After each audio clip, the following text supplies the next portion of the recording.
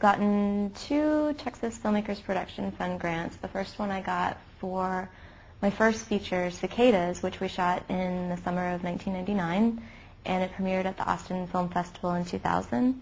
It's extremely low budget. I think it cost us $5,000 to get into the can in '99, and then we took probably about $10,000, $15,000 more in post-production, and then the grant we got $5,000, and that went towards post-production. Go to film school. No, I got my degree in creative writing. I had worked in a movie theater since I was 15, so I knew movies. Like, I'd watched a ton of films, but I had no clue how to make a film.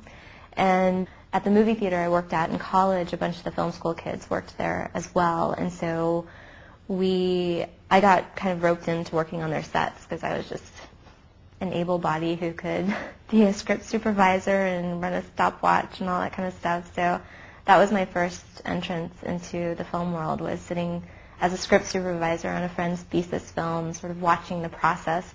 I just fell in love with the collaborative nature of film and how all of these different people were doing all of these different things, and all of their hands and hearts ended up on a screen.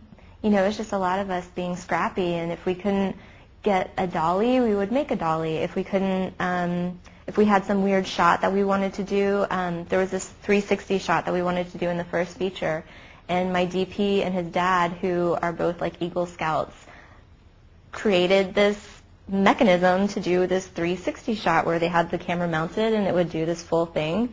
And I think that's the beauty of independent film, is like you have these challenges and these obstacles and you figure out a way to do it. Maybe you don't have the money to get a crane.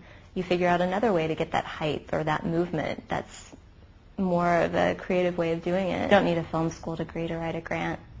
You don't need a degree to write a grant. In fact, you know, it's just common sense. Like, and there are ways to figure out, you know, how do you, like the whole distribution element of a grant proposal, like how are you going to distribute this? Well, what is your film about? Who does it target? Who's going to respond to your film?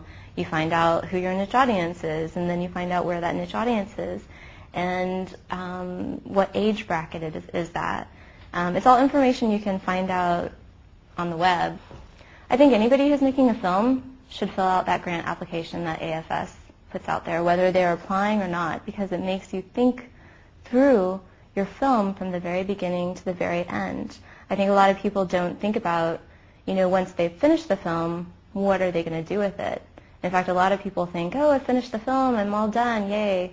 That's not the case. That's actually where the work starts.